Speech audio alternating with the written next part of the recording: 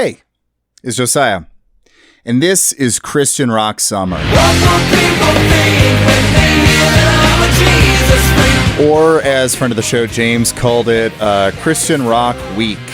Yeah. So I'm getting a late start on releasing these. I had a pretty hectic work week that didn't give me much time to edit, but Christian Rock Summer is happening, and there will be 4 episodes in July, just in the last, week or 2 of the month. So, sorry about that. For those of you who are new, every July on Fruitless here, I do a month-long focus on Christian music with my buddy Josh Christensen. In the past, the gimmick was trying to talk about Christian bands I think still hold up, but now, by our 3rd year, we've expanded our palette to some real garbage as well. This year's going to be about 50-50 garbage to good stuff. And we are kicking it off this month with some trash. On today's episode, we are talking about the album The Heart of War by Jonah 33, or Jonah 33, however you want to say it. This is a semi-forgotten Christian butt rock album from 2007 that tries to clumsily use some spiritual warfare metaphors and seems to have a not-so-hidden bloodlust peeking out through the lyrics.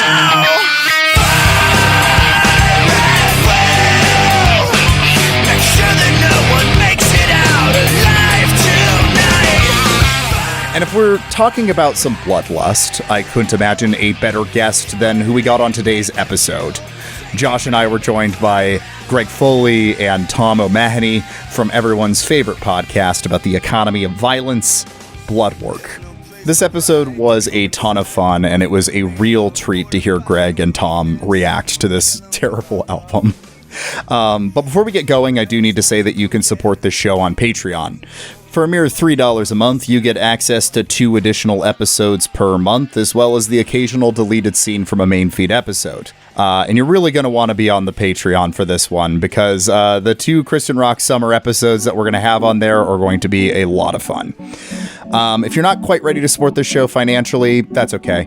Consider just leaving a review on Apple Podcasts. It helps people find the show, and hey, I might read your review at the top of an episode. All right. With all of that out of the way, let's get on with the episode. You're listening to Fruitless, a podcast hosted by me, Josiah Sutton, as well as my buddy Josh Christensen for this month. And this is episode 90, GWOT Church Rock, featuring Gregk Foley and Tom O'Mahony from Bloodwork.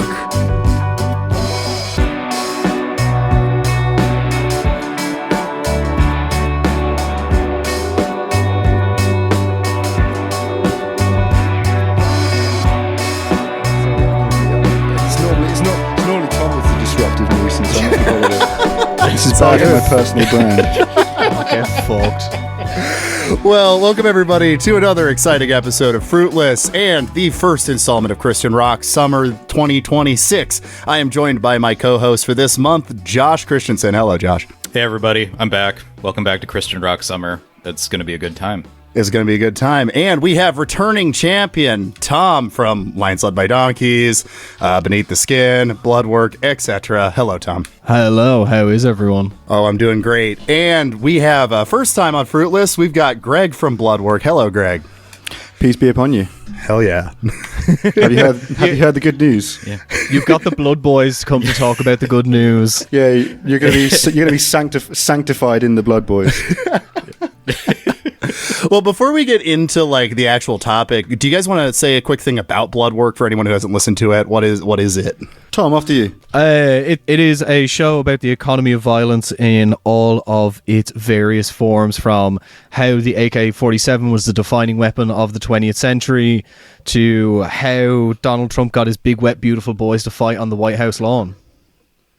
Hell yeah. Yeah, I would. I think one way of thinking about it is it's an exploration, an intellectual exploration, or a project in which we sort of ask the question: what if this thing that we call violence was a crucial component that was as embedded and interwoven into our politics and our economy and the way our society functions as money or power or any other things? Imagine a crazy thing like that, and then we sort of explore different subject matter on those terms. So one of our like running slogans is the worse it feels, the better it gets. That's right. Imagine to yourself a gun. Yeah. I mean, there's not a lot of podcasts out there that you're going to get like a left-wing podcast doing a series on the history of the car bomb. Like that's blood work, man. It's a good show. Absolutely. Hell yeah. Give it a listen. Why don't you? But but unfortunately, lads, as much as it pains me to say it, we're not here to talk about car bombs, are we? No, we're here to talk about... We're here to talk about a sort of a sonic explosion, a sonic assault, if you will.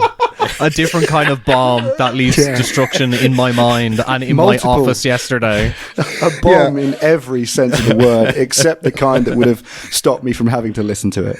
Every Christian rock summer, we tend to dig up a piece of evangelical media that's entirely forgotten, only to rebury it. Oh yeah, and let me tell you, this is a piece of evangelical media. Tell you that. Like, I think last year's installment of that was us digging up Hero, that Christian rock opera that actually I should say Brian from Worst of All Possible Worlds dug up for us. That was a masterpiece. Jesus Christ Superstar for the MTV generation. Very good. But no, this time we were talking about an album that we briefly mentioned last time Tom was on the podcast, because I think I put Fire at Will on that intro to Christian rock playlist. And it's because I was like, this is a band that if no one if I don't talk about it, I don't think there's any left-wing podcast that's going to remember this band. So I wanted to mention it in passing. And then it's been in my head for a year now that I was like, there's probably more to explore there, because it's the album is The Heart of War by Jonah 33. It's their third record. It's their heaviest record. It is regrettably their best record. And you can hear it. Look, there's some riffs in this one, at least. Having not listened to any of their other stuff, the moment I put it on, I was like, oh, this is definitely their best work yet. I mean, like, you could have like so many different experiences sonically of the exploration of the experience of Christianity. You could listen to, Leonard Cohen's weird albums about God, or you could listen to like that period of Bob Dylan where he suddenly became a Catholic. Instead, you're listening to what I have in the first 3 minutes of this album. My first notes of the first song are butt rock riff, Avenged Sevenfold riff, and Lin-Manuel Miranda vocals. So, you are debasing yourself in the way that all good Christians should. So perfect. All the previous records sound like, like the one where like the songs where it's like Nickelback gets heartfelt for a song. Like that's like 90% of what the discography prior to this sounds like.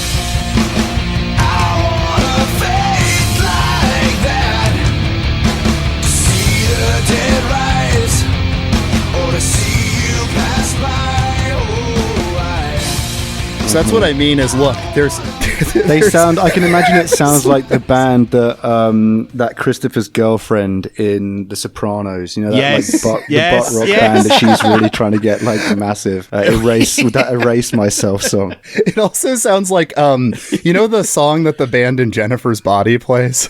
Yes. Like, a lot of the songs sound like that. I mean, like, the sincere Nickelback songs are, they're not really introspective. They're instead about stuff like, she got a booty so juicy and I can't get hard, Yeah. Whereas this album instead posits the question, does Jesus have a booty so juicy, but my heart is too hard? Right. Well, this album, like, okay, the premise of this album and why I was like, oh, I want to talk about this specifically with the Bloodwork guys, is that it has it's using a very common metaphor in evangelicalism. And I don't know, Greg, if you know, both Josh and I grew up evangelicals before moving to the left and stuff. So we have this upbringing, right? You say that as if it's not possible to be evangelical Christian on the left. That's interesting. But maybe we can move past that. Well, okay, there are exceptions. There are exceptions, but on the whole, America, Josiah, you need a button for a drop that just says Josh Scoggins, Josh Scoggins, Josh Scoggins. Yeah, okay, Josh Scoggin and Reese Roper from Five Iron Frenzy, who I'll spoil now. We will be talking about later this month. Those are, I think, the evangelicals on the left. They just read the Bible and saw the stuff about the teachings on wealth, and we're like, yeah. Yeah, no, that is actually useful though, because if listeners aren't aware, as you can probably hear from Thomas's accent, he's Irish. I am Irish by blood. I consider myself sort of congenitally Catholic. And so, you know, No, you're Protestantism- cranially Catholic. that too, yeah, big Irish head on him. But no, like I struggle with the tenets to the extent that there are any consistent tenets of Protestantism and the general sort of doctrine in general. Yeah. But when it gets to like American evangelicalism and like the different denominations of like Methodism and Episcopalians or whatever, like I get really fuzzled. So it's really useful to hear you two say that, because with regards to the particular church that the lead singer of this band grew up in, which I believe was the Church of the Nazarene, I did some deep research. Okay, just good, to let the listeners know, low church the evangelical. the kind of dynamic that I have envisioned for myself and Thomas here. Thomas, as listeners to Lions Led by Donkeys will know, he is incredibly erudite and articulate when it comes to speaking about music and genre and style and content and things like that. I am also a music fan, but you know, I always get a bit worried about being sort of out of my depth, particularly amongst people who know a lot about this kind of subject matter. So I've chosen to be the kind of if anyone's watched Countdown in the United Kingdom, like Dictionary Corner. Like I've just gathered some trivia and some various interviews, and I've been doing sort of the deep research on the law. And so while the three of you are kind of like discussing the music and the subject, I'm just going to chip in every so often with some block quotes. We're gonna read some quotes. Actually, oh God, I don't know if you're reading the same interviews. I think we were. These are brilliant. I believe that. I'm just spoiling ahead. When we get to it, I think I want to read the entire bio of Vince on the ChristianMusic.com thing, because it's awesome. It's so good. I'm so excited. Can you? So I instead took the lazy route and listened to this entire album yesterday in my office and like took notes and abstained from looking up any information about this band. So can you please give me like a potted history of Jonah 33, alternatively Jonah 33, or alternatively Jonah space 33? Yeah, so I got notes here to do that, because as I listened to the record, I was like, oh no, I don't know if there's enough substance here for an episode here with two people I respect. This is going to be a disaster. So I started really like diving into Jonah 33. You got a really strange way of showing respect to people, I'm going to be honest. I don't feel very respected right now. What are you talking about? Feel degraded. This is a great album. I don't know what you're talking about. So the name Jonah 33 or Jonah 33 comes from the Bible verse Jonah 3:3, which is the loosest thing for a band name ever, because the Bible verse here is Jonah obeyed the word of the Lord and went to Nineveh. Now Nineveh was a very large city. It took 3 days to go through it. So they just wanted Jonah obeyed the word of the Lord to be the album, like the band branding. So that's them. My personal relationship with them real quick, because I'm the only one I think that had actually listened to them prior to this, really. That's very presumptive of you. Well, I'm correct, but it's presumptive. Speak now if you haven't. Greg, shut the fuck up and let the man speak, please. I'm sorry. I don't really like, and I don't have a super personal relationship. It's more that like I think I found it and I bought this album on iTunes at one point, and I don't know how I found it. I used to like obsessively go through Wikipedia pages of like list of band of a genre, and then like look up every band, and I bet I did that with Christian rock at one point. Oh yeah, and found this. So like I had found it, and I think it was the song Last One Standing that stuck in my head, which I think is the only one on this record I kind of like still.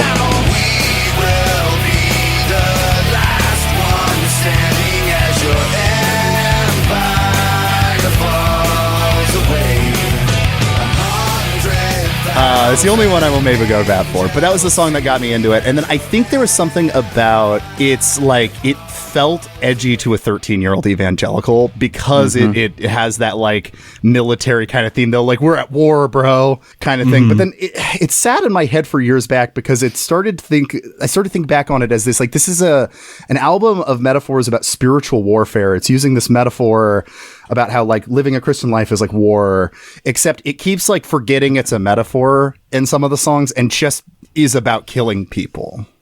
Yep. I've got a quote from an interview I found from New Release Today, which might bolster your point there if you'd like it. Yeah, go for it. Hi Vince, thanks for joining us here at New Release Tuesday. I understand you've taken the theme of World War II for your latest project. Can you tell us why you chose this particular theme and how you came up with the title for the album? Here's the answer. A few years ago, Tom Hanks and Steven Spielberg produced an HBO miniseries called Band of Brothers, and it tells the story of the 101st Airborne Division during World War II. These men were some of the first soldiers in the US Army that volunteered to jump out of an airplane and parachute into enemy territory. While I was out on the road with the band, we watched the entire series together, and we learned many valuable lessons from what they experienced. It took a lot of courage for the soldiers to just jump out of the planes and to fight like they did. So we started correlating that to the courage it takes these days to live out your faith in the culture we live in. That's right. After watching the series, we were inspired to name our album The Heart of War because we want people to understand that this life is a spiritual war. To which I want to share one of the only notes that I've actually written down having listened to this album, which simply reads, "This is what you get when American evangelical Christians try to write their version of the nasheed songs that ISIS used in their propaganda videos to try and get alienated teens to join the jihad." But this comes back to my point that I have made on Lines Out by Donkeys that I think is maybe one of the most salient things I've ever said in 3.5 years on that show, is that Americans are fundamentally comfortable with the concept of jihad. They just don't like the name. They don't like which religion. They would love the idea of, well, and that's why they like Crusaders. Because that's the closest kind of working concept in the Western canon, you know? I need you to imagine this is being said not by an American evangelical Christian, but by like a recently reverted Sunni Muslim teenager. Yeah. We definitely think that over the past decade, the church has been swallowed in the worship movement. Now, I'm not knocking worship. We realize it's important. But when people start redoing songs that other artists have done 4 or 5 different times, and everything they put out sounds the same because they know it's going to sell, then it seems like the CCM, which I assume means contemporary Christian music industry, has kind of taken a left turn. Of course, that's just my opinion. So this is our way of getting people to realize that we are in a war and it's over the souls of mankind. Mm-hmm. These guys would be terrifying if they didn't have like room temperature IQs. It's actually echoing Pat Buchanan. Pat Buchanan's infamous RNC speech, I think it was, in the 90s. That was the soul of where the culture war idea really got launched. Yeah. So yeah, I mean, it's definitely a right wing conservative album, but it also like doesn't have enough substance to fully call it like, it's not like ideological. It's like it's got a lot of fascism. It's engaging with a lot of fascism. You know what I mean? But to me, this album really, it reminds me so much of like bands that run out of steam before they break up and they put out an album where the lyrics and the message of the album is in congress with the actual music, because everyone is drifting apart. The vocalist or the main lyricist wants to like make this like really solid political or artistic statement, and then everyone else in the band just wants to be Coldplay. Tom, you've not read anything about the band? No. You are correct. That is basically what was happening with this record. As far as I can tell from the comments Vince has made, this is the record the year before they broke up. Okay, you can really tell. You can also really tell because, going so well. Because everyone on this entire album seems to not be playing in the same BPM either, or on the same beat, let alone marching to the same drum ideologically. But yeah, no, like it's amazing because, you know, as we've just covered in that interview, the guys, like, it was not just inspired by World War II. It was specifically inspired by my experience of watching the television series Band of Brothers, which, to be clear, slaps. It's a great series. That's such an incredible, like, dumb guy motivation to make art. Like, this is like every single dude between like the years of maybe 2014 to 2022 who watched The Sopranos and decided to buy a shiny tracksuit. But yeah, like Josiah, what you mentioned about that kind of, you know, having the kind of like thematic sort of substance of like something that you'd listen to, or you were listening to it as a 13-year-old and you're like, this stuff sounds edgy to me. Like, you know, when I was 13, I was sort of learning to play guitar and things like that. And I was trying to form a band. I was writing lyrics, and like, it was some of this was like, these read like the kind of lyrics that like I was writing when I was 13. It was like painful. And it's also this kind of random hodgepodge of non sequiturs that are like made to hang together by the most contrived and generic themes. And also this like reaching for the concept or like the outline of a metaphor, but not having the sort of the capacity to follow it through and actually make the metaphor like represent something else. Yeah. And so you get choruses like this. Are you ready? Get ready. Are you ready now? Fire at will. Make sure that no one makes it out alive tonight. Fire at will. Go ahead and make the kill. take your aim and fire at will. See, this man is a menace. But at one point in the second verse of that song, it quickly helps you understand this is a metaphor because it says, "We'll kill them with our love." Correct. You're absolutely right. I was misreading the text. I'm very sorry. Because it's a spiritual war. It's a spiritual war. Okay, before we get too much farther into the record, I did want to read. There are two really, really good notes just to kind of. So I noticed the amount of reviews or like promo copy that was written about Jonah 33 continually had to insist that they're not a run of the mill hard rock band. Oh, despite them being absolutely that. I'm doing the John Cena. Are you sure about that meme right So, now? I'm turning the chair backwards and sitting on it that way as you say that. So we've got this awesome quote here from Jesus Freak Hideout. "I know you're thinking this is just another run-of-the-mill rock band, right? Wrong. With I also have this window open. with vocals like Sully Erna of Godsmack, combined with music tame enough yet raw enough to resemble Linkin Park, this is definitely a trio worth listening to. I love saying this is not your run-of-the-mill rock band, and then listing two of the biggest rock bands at this time."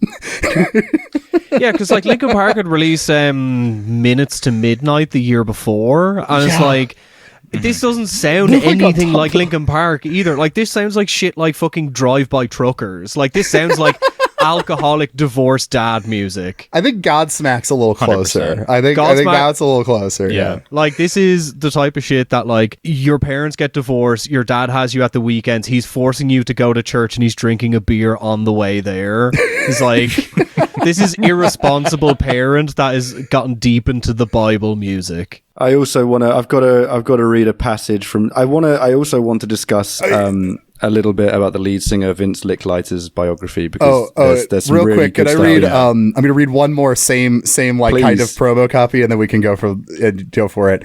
The other one here is ChristianMusic.com that says. This band is real. Oh, you found the fucking quote I was going to read. Oh, Go for it. No, do you want to read it? No, read it. No, read it. No. Because you live this shit. This is your, because it's going to feel so much more authentic and sincere from your lips. So please go. This band's been around the block a few times. This band scrapes and bleeds and sweats for its vision. A vision that's been forged and tempered in the gritty fire of real-life trials. This band screams what it believes and believes what it screams. This band from Arkansas couldn't care less about... This man cannot scream. He does one proper fry vocal at near the end of the album. He tries to do it so many times and cannot. It's like, I have no mouth and I must scream. Well, have Thomas, you considered... please, the man is reading from ChristianMusic.com. have some fucking decorum. Have you considered that this band from Arkansas couldn't care less about Madison Avenue image makers Get over it. and the power they wield with the cash they throw around? And while this band oozes at the chops to fashion the occasional inspiring, even gentle ballad, it most often rocks with the blistering. This is great. This is immaculate prose, what I'm about to read here. The blistering, razor-sharp intensity of a hungry gang of buzzsaws hunting for a fresh forest. Staring down... This is so many mixed metaphors going on. What? Like... I love the subtext, and it's like, yeah, that's right. These guys don't care about Madison Avenue and your things like, like image and like money or talent, like like being able to play your instruments well. I'm enjoying that every single person who wrote about this band has like the wet bulb temperature IQ as every member of this band, and they all sound defensive. That's the last sentence here in this is staring down the horizon of formulaic corporate rock musicians is a new kind of modern rock and roll band. I believe that it's staring, but I don't believe it's new. It's staring. I believe because it's kind of staring kind of gormlessly. Yeah, exactly. Yeah, it has staring. I believe its mouth is slightly open. I believe there's like a dribble of spittle like going down the floor. I imagine you may even be able to hear the sound of slapping sounds as it drips onto the floor. I believe all of that. I just don't believe that any of this is new. I really do. I genuinely do believe we've been here before. This is the musical equivalent of a liger. Fuck. me. This sucks so much. Let's talk about Vince real quick. So the lead singer of this please. band is Vince Licklider. I had to look up how to say that, so I'm glad I figured that out. Licklider. He's a lead singer, as far as I can tell, songwriter, and let's just do this. So the entire bio for him on ChristianMusic.com is immaculate, and I might just share my screen and we can go through it and pause when I'm nodding you guys like have the Sickos something to say. meme right now. Yeah. Thomas, you're not ready because in terms of like turn and go to what's the place in the Bible quote? Go to Nineveh. Like there is an aspect of Licklider's life where he went somewhere and then turned around and went to where he eventually started the band. And it's one of those things that as you read it, you're like, my friend, you should have stayed there. Like it's Okay, we're going to put aside the jokes and let Josiah read please. this I to don't me. think we're I'm going to sorry. survive without a joke here pretty quick. But one thing I'll have to point out is ChristianMusic.com, awesome looking website incredible. we got here. The sickest fucking logo. It bangs. It bangs. I want a Bloodwork flip of the Christian Music logo. The web ring on the left-hand side here is, I feel beautiful. like Every there's king some real... has his secrets. And like I said, Elvis. I do my fucking research, and so when I looked at this page, I was like, I'm really interested because I was trying to. There's no date anywhere on the page, so I put it into the Wayback Machine. And I can confirm for listeners that at the very this was first archived, this page in 2007. So Yeah. this is a fucking old ass page. It looks it feels it. It's authentic. It's crisp. This is real shit. This is when I get excited for a Christian Rock Summer episode, is when I get on a website like this. I know I'm like, yes. The side image with the photo of the pyramids that just says who built them and coverups.com. No, Greg, we know who built the pyramids. It was the Irish. That's always All right, I am sitting back and I'm closing my All eyes right. to be regaled about I'm Nick sorry. Ryder's life. Vince Licklider, singer and leader of Jonah 33, Not lead singer, he's singer and leader.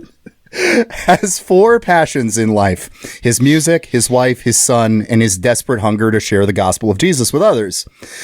He especially hungers to reach people who are running blind in the dark world he once inhabited a decade ago, on the very brink of suicide.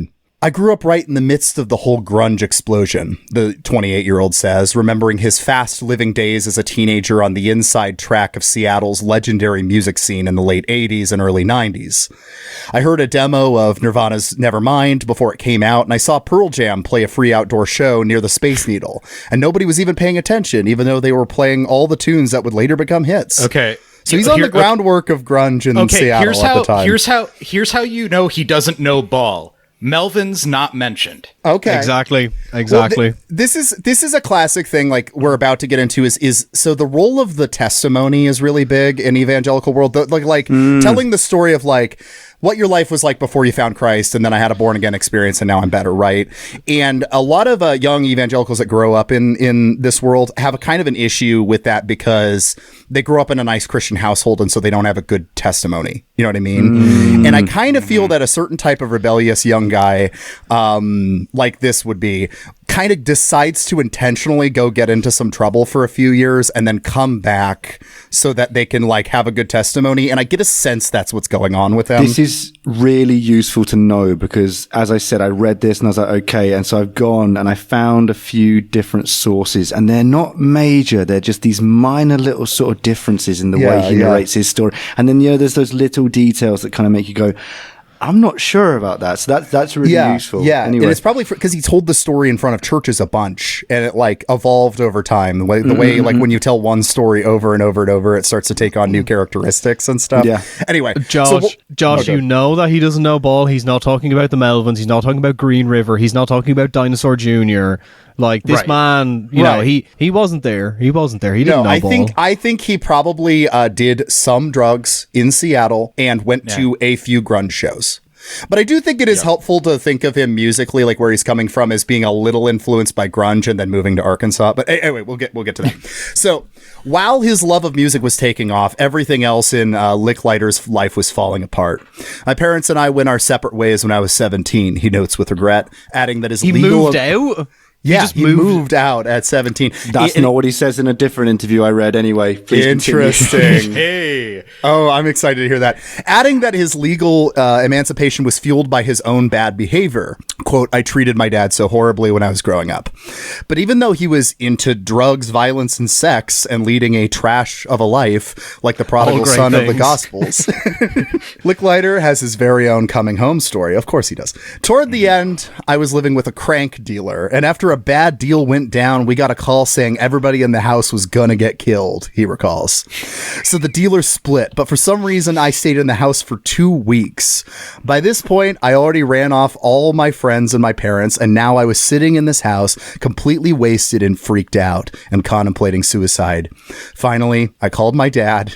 We talked about it. He paid for a round trip plane ticket and let me come home to live with them.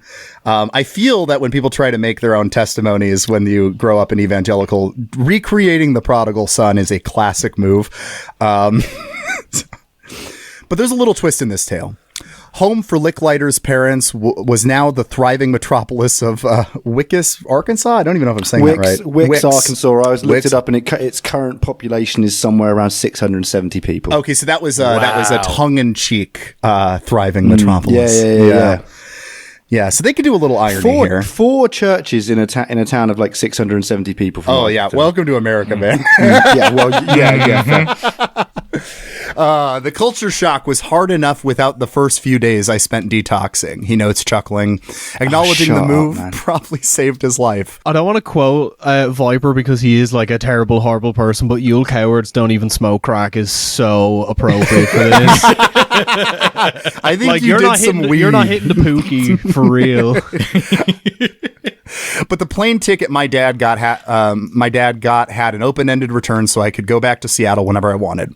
That would never come to pass. Once a local youth pastor took Licklider to lunch and told him about Jesus, the future rock singer wasn't going anywhere.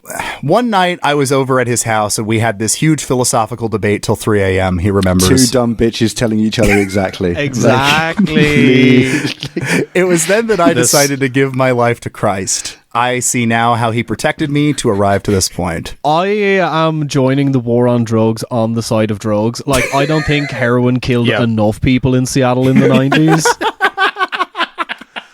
So Licklider worked on growing in his faith as well as his rock and roll heart, playing guitar and singing for a long succession of Arkansas rock bands that didn't go very far, and even spending a few years as a local youth pastor. Naturally. Finally, with his wife, Andrea, almost 7 months pregnant, which that's actually crazy. Like, this is not the time to start the rock band, dude. It's at that point. Yeah, I'm really confused did about this timeline. I think there's a few years in Arkansas after he kind of converts and goes clean, where he like.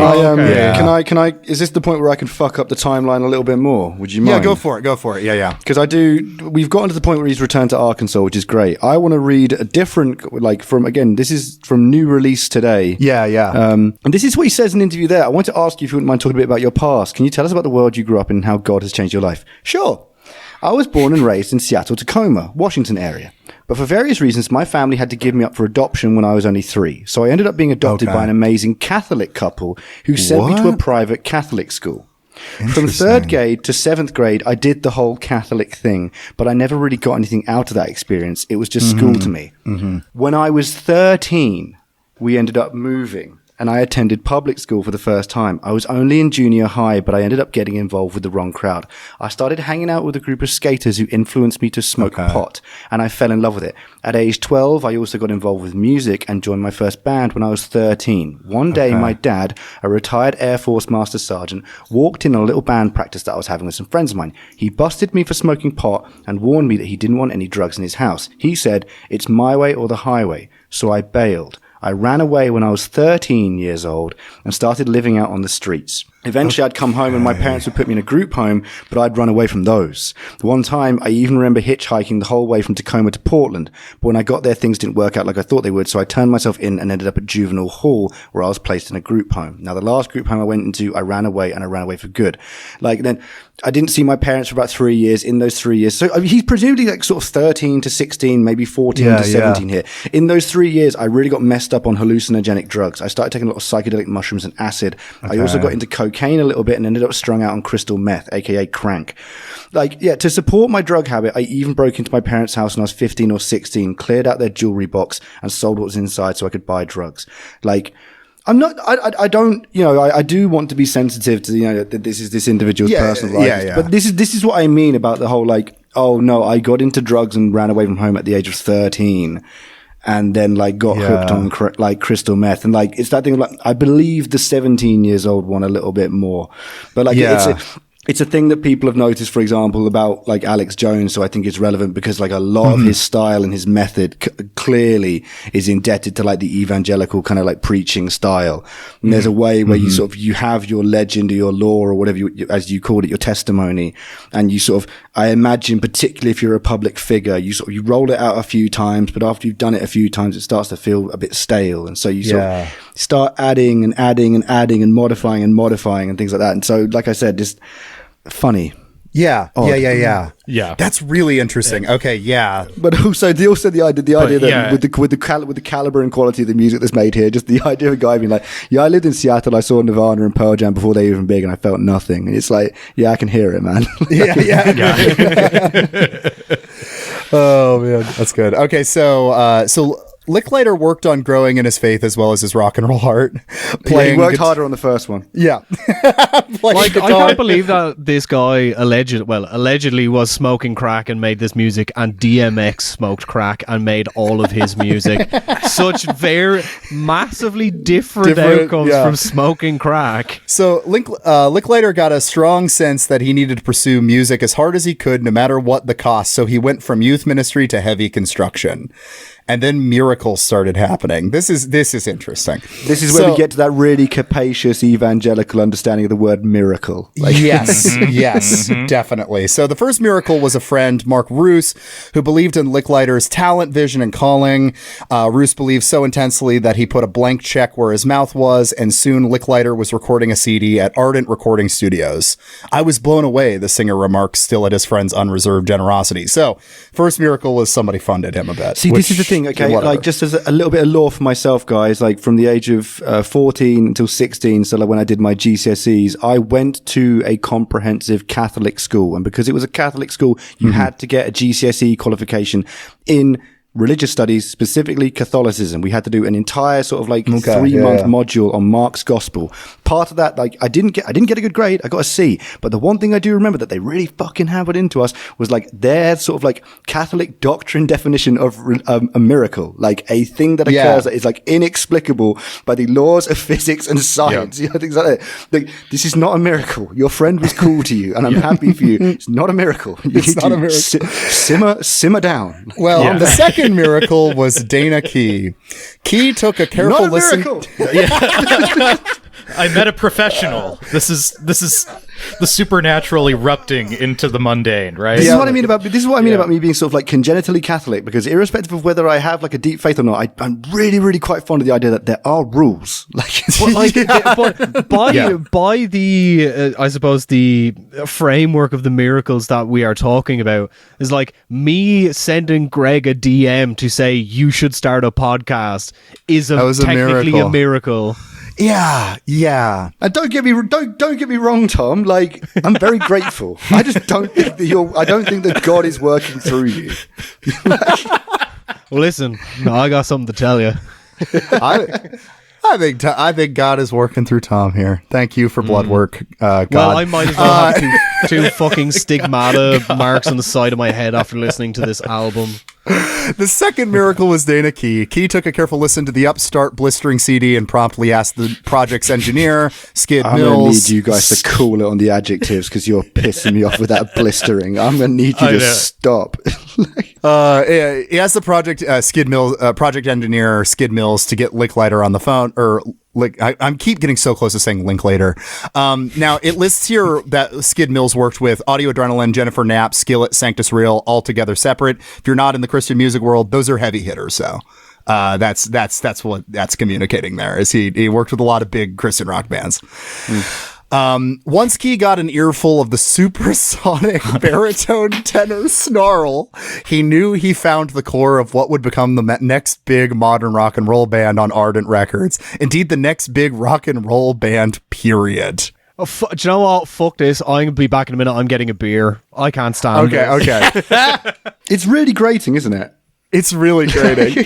It's and hyping up like okay, this is like late 90s, early 2000s. I mean, death early metal 2000s. and grindcore have been around for like 15 years at this point. Oh, yeah. It's like we know what extreme music is. But I think this possibly comes down to the denomination of church. I mean, I didn't want to, just to give people a bit of background about these guys. Like, don't ask me how I found this out, because I went down some paths which I'm not proud of. But Bloodwork has people everywhere. yeah, there are four churches in the town of Wicks, Arkansas, and as best as I can tell, the church that Vince went to is the Church of the Nazarene. And so I had to do some looking into it, and as best as I can understand it to my stupid European brain, the Church of the Nazarene is like evangelical Methodist. And I was trying to understand this, and what I was able to glean from it is that it is evangelical in terms of proselytizing stuff, but it's also incredibly conservative. Yes. There was a joke I found on a subreddit discussing Nazarenes, and it said, why does the Church of the Nazarene oppose premarital sex? And the punchline is because it might lead to dancing. Yes, that's a classic. It's usually used toward Baptists, but that's a classic. Yes. And they're incredibly sort of culturally conservative. You know, women are expected to wear skirts down to the ankles. They're opposed to dancing. They're opposed to music. And so, as best I can understand it, he moved and attended the church that bans dancing from the movie Footloose. Now, so this was edgy for the environment he was in. So, exactly. Yeah. So then I don't know the denomination of this person who's chronicling him on christianmusic.com. Bookmark that link, christianmusic.com. But, very good. It does at least sort of contextualize the idea that they're being like, this is the heaviest, wildest, crazy shit you motherfuckers have ever heard. The person who wrote this review, all of their political opinions are continuous with Psychotub, the founder of the Muslim Brotherhood, is like the world's most evil thing is dancing. We got 9/11, and this is my own musical personal 9/11 listening to this shit.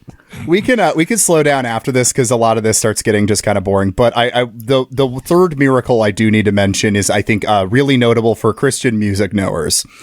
The third miracle was Skillet's John and Corey Cooper, who came in and added 3 of their own tunes to the first record, Watching You Die, Death in the Life, and God of My Life, to what would become Jonah 33's debut album. Skillet is a huge name, and actually there might be Skillet songs you're familiar with without maybe knowing it, because that is a band that kind of escaped containment as a I don't know, shitty butt rock band. I didn't like Skillet even when I was an evangelical teenager. I liked him when I was 13, around the same time I was listening to this, probably. It's amazing that none of these individuals were canonized for their miracles, isn't it? That's what I'm thinking. It's weird. It's because the Pope is woke and gay, so like, I assume it must be like referees at a football match where like the Pope just wasn't watching when these miracles were being performed. They're like, sorry, we just can't. They didn't have VAR at this stage. Yeah, they didn't have virtual assistant reverend. Sorry, your miracle was offsides. No, it's virtuous assistant reverend, Greg. that's really good. Yeah. So I mean, after this, there's just more of this. I think that's the main thing. But I do think it does unlock this band, if you know your Christian music well, to know Skillet adjacent. That's how they got their start. That makes sense. Yeah, Switchfoot as well. Fucking hell, Switchfoot. I fucking love Switchfoot. I like Switchfoot too. They're hilarious. The thing that I always think about with all of these bands, especially like the kind of we're going to die for Jesus bands, is like every single one of them politically are just completely indistinguishable from Ian Stewart Donaldson from Screwdriver if you took out the racism. It's like if you just put a black bar over like the slurs in Screwdriver, it's like, no, this is just all the same. This is a thing. I think throughout the 2010s, there's kind of a schism among the Christian rock musicians over essentially whether they start moving left or right. And John Cooper of Skillet, which helps me place Jonah 33, went right. He became like a culture war guy as like we're talking about the ska band Five Iron Frenzy, he became progressively more left-wing as time went on. Although he was pretty because ska left-wing from the is a beginning. canonically good and moral genre. That's right. Right. It's interesting to, and I would be interested to hear you two talk more about it from the kind of religious angle, because I remember when I was a teenager, the first secondary school I went to, which was not a Catholic school, which is a regular state comprehensive in Sussex, like near Brighton. There was monthly in the sort of nearby town, again, small town, but they had this like monthly rock concert event, which was called Reverb, like RE:verb. Sounds very evangelical. Yeah. And it was, well, yeah, I don't know who it was that run it, but it was run by sort of a church in the area. And so a lot of local bands would like play at Reverb. And so a lot of the kind of bands at that town, at that school that I knew and was friends with, like they were some of their first gigs. But one of the headliners was this band called Seven Words. And they were this kind of like punk rock kind of Christian rock band, and I'm assuming the Seven Words refer to the seven sins or something. But just in terms of kind of like, even though this is so sort of culturally and geographically alien to me, like the sort of kernel of like the early 2000s being a period in which like Christianity was really kind of like leaning into alternative rock and being like, perhaps there's something here to reach the kids, is something I immediately recognize. Well, yeah. It's an industry thing that follows just kind of what music did in general. So like in the 90s after Nevermind, there was this like hunt for alternative underground music to sign those and pull them up. And the Christian music industry, some of them anyway, some of them didn't want to touch the underground bands, but some of them latched onto those bands and brought them out. So that's why Christian alternative gets really big in the 2000s. It's also big in the 90s, but they're more like industry backed. The 2000, with some exceptions, but the 2000s also kind of runs into that problem of like when you're pulling from underground scenes, you're getting bands that are like cut their teeth in clubs, like do actually know what the world outside is like. And so that's also the thing for those who remained right-wing evangelicals, is they have this feeling like all their favorite bands became atheists and communists and stuff. And it's like, well, yeah, because they like experienced the world and they were really committed to this while it was a trend for a few years. And then either they reimagined what that meant to them, or they left it, Yeah. It's the Norma Jean thing. Like, they are good musicians who happen to be Christian, and the album is kind of Christian, but it's still like a good can stand record on its own thing. Yeah, those were the two bands that I was going to. Under Oath, definitely. Yeah, I mean, Norma Jean to this day, like one of my favorite bands, and then also like, and I fully expected to get people calling me a fucking loser for this next one. May, Multisensory Aesthetic Experience, like super kind of like soft, emotional emo band. Like both May and Norma Jean, like very sort of like unabashedly Christian and quite open about it, but also like just doing so lyrically and stylistically in a way that like they kind of said like we're not interested. I think Norma Jean said like we're not really interested in alienating people on either side. Like it is possible to do this kind of music in a way that like cuts through and has an appeal, but like you kind of have to be, I think, a little bit less self-conscious about it or intentional about it. You have to make good music. I know you have to make we talked about it last year about like when I was raving about how good Zayo's Lies of Serpent, A River of Tears, like that song is just like one of the best metalcore songs ever, and that album is one of the best metalcore albums ever, and they're just like hardcore Christians. Yeah, this is why the genres I think that like participated in, and they weren't just Christian industry plants, but like the bands that were Christian bands and this engaged with the outside culture pretty well was emo bands, ska bands, and metalcore bands. Why? Well, that was the stuff that was coming out of the 90s and 2000s underground. Yeah, and also the emo stuff, like it works well because it like works so well. It really all does. of the lyrics and the whole genre is based on this kind of like introspection, and it's a good way to slip in that message of like looking inwards for a connection with God. One of the greatest like 90s emo bands, Mineral, is a Christian band. Like they you can do it. It works really well. Yeah, so that's kind of like a narrative arc we've been kind of revisiting through, I mean, the wider show and the music stuff, especially, and Christian Rock Summer specifically, but that, there was this era where, there was kind of this other road that could have been taken, like growing up inside the church, like, I mean, both of us are from like small towns in the Midwest and went to these incredibly conservative churches, like, and then kind of hitting, I'm a little bit older than Josiah. So I was like, I graduated high school around the time this record came out. But I'll say around that time, it was like, okay, earlier in the 90s, you're experiencing evangelical Christian culture as just thoroughly kitsch. And then this was the first time where it was like, you could kind of tell like, oh, we're actually producing something cool. And there was actually some will within the church to kind of support that. So there was this moment where all of a sudden you had like actual hardcore bands posing as Christian because there was all of a sudden this new infrastructure that unlocked. Like it became easier to tour because if a church sponsors you, that's like, they're going to feed you, they're going to put you up for the night, and it's going to be a lot more comfortable than like a punk house wherever. And so it was like, it was this like really creative, and really creative moment. Yeah. I don't mean anything by this, but you mentioning that really, it reminds me of something that myself and Thomas came across when we were studying Combat 18, in the sense of like the skinhead, like neo-Nazi music scene in England and Europe, where there were abashedly or avowed like white supremacists and sort of skinheads who were in this music scene, but there were also people in bands who were like, we were trying to make it big as a band. It was really, really difficult. But if we plugged into this scene, we got guaranteed shows, guaranteed audiences. And sometimes they would even fly us across to Europe and put us up in hotels. And so they were just like, it was, they were kind of being like, it was a way in, and that's not to draw any analogy, but certainly in terms of that, having the ability to like plug yourself into an infrastructure where like it's oven ready. And it's like, if you have a semblance of talent, we will make this, we'll give you an interesting life. We will give you, stories and memories. Like, absolutely. But this is like, I think it was one of the members of Norma Jean, and I was in an interview a couple of years ago, was talking about like the Christian music infrastructure and like playing in churches and in community halls.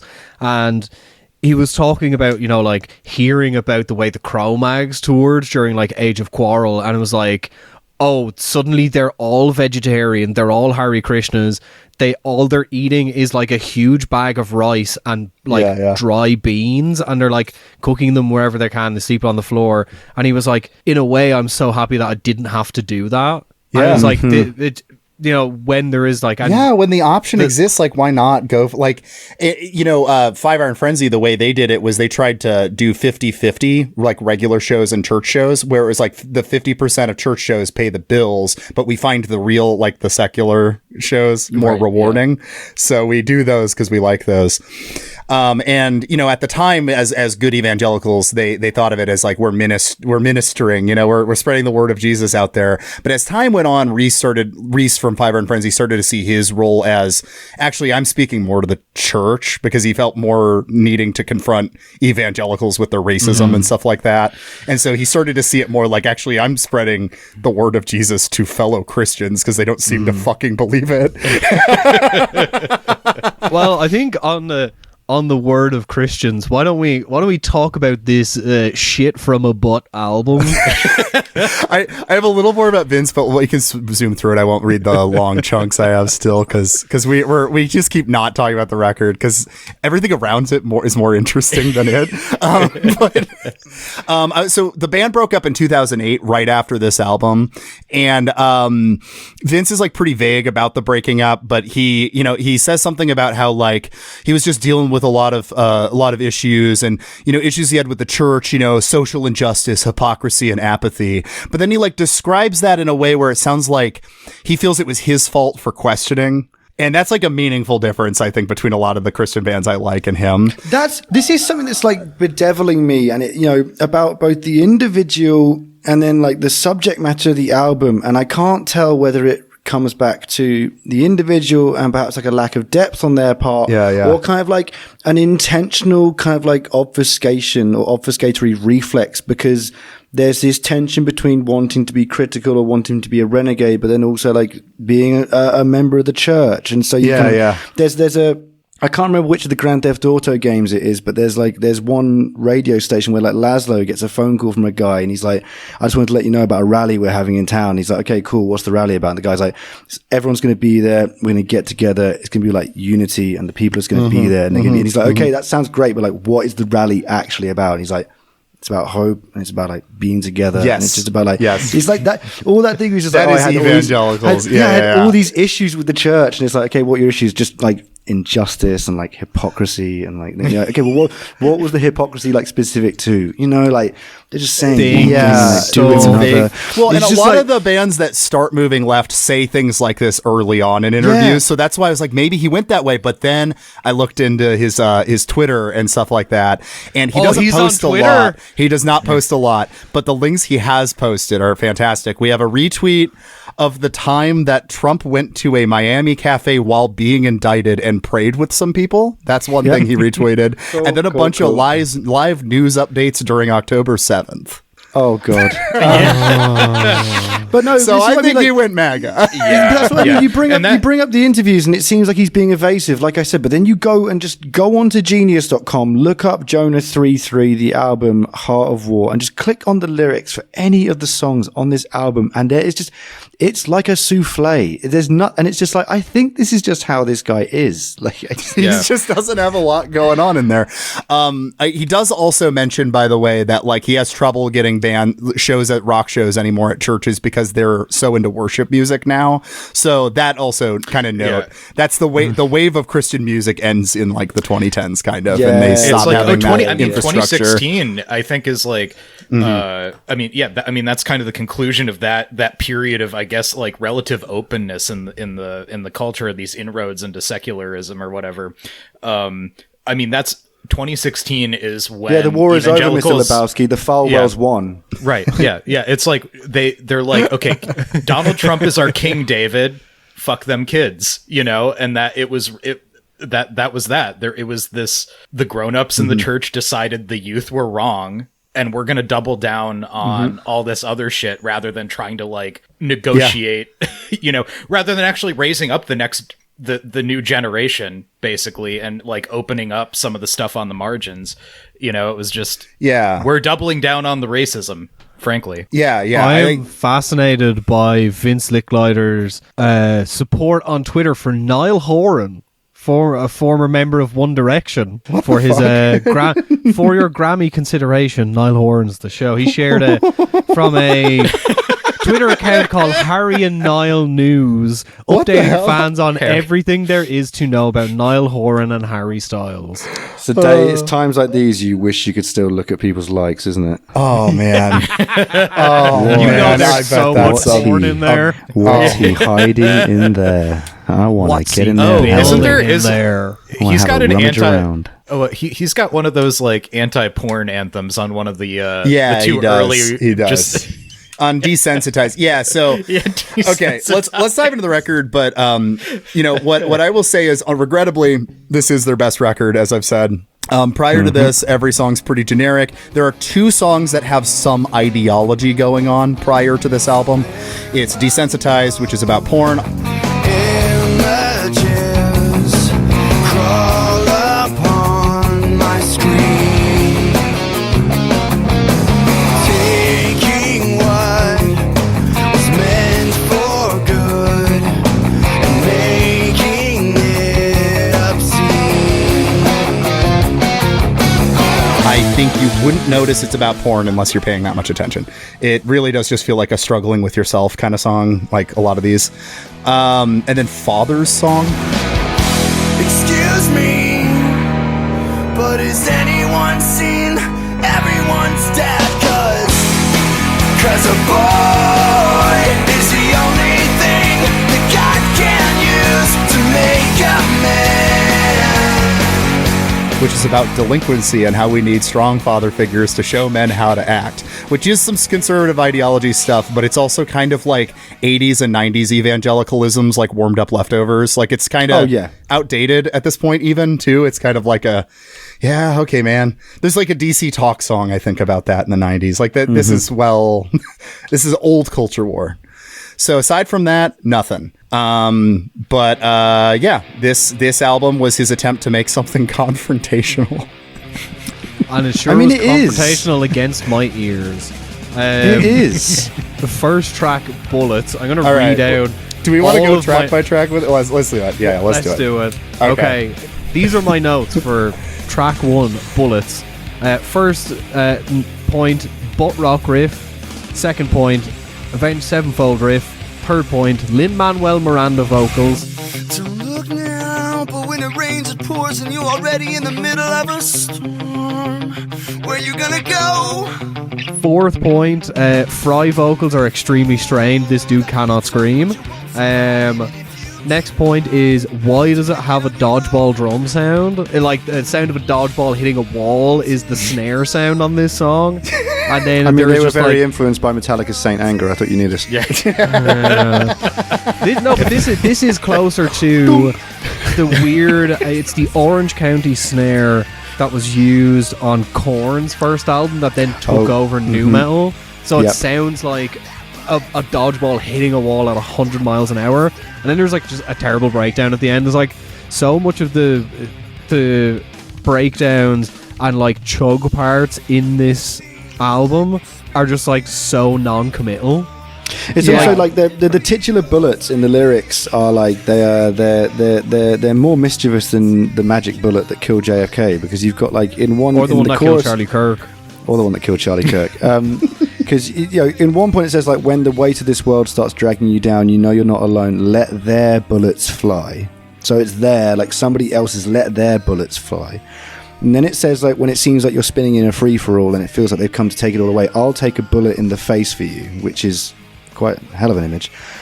So now it's like, I'll take the bullet, but then it's sort of at the same, it says like, it's not just your fight, I'll be by your side, let their bullets fly. Like, it just, again, this is what I mean. Like the guy kind of started off being like, yeah, World War II and metaphor and bullets, and then he just ends up like doing these kind of like school shooter manifesto lyrics where he's just talking about all the different people that are going to get shot. But I'm there's just an asterisk, and if you look down a very, very small print at the very bottom, it just says like, Christianly. Yeah, this one is interesting because it's got the military themes of the record, but lyrically this kind of resembles like 90% of the discography prior to this. This one is very much like I'm here with you. I love converting the sinners. I love converting the sinners. I love praying for them as they come bouncing off the bus on the way to school. Yeah. Each one of them that I convert to Christianity will be my slave in my afterlife. To the editor of the newspaper, I'm very disappointed that you did not print my sermon from last week. I've enclosed the code, and it's all just crosses.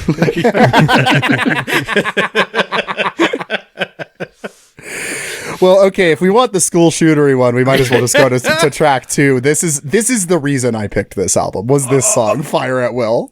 So yesterday I posted a photo on Blue Sky of the first page of my notes, and someone was like, bridge breakdown LMAO, Christian shot Columbine? And I was just like, what is this song?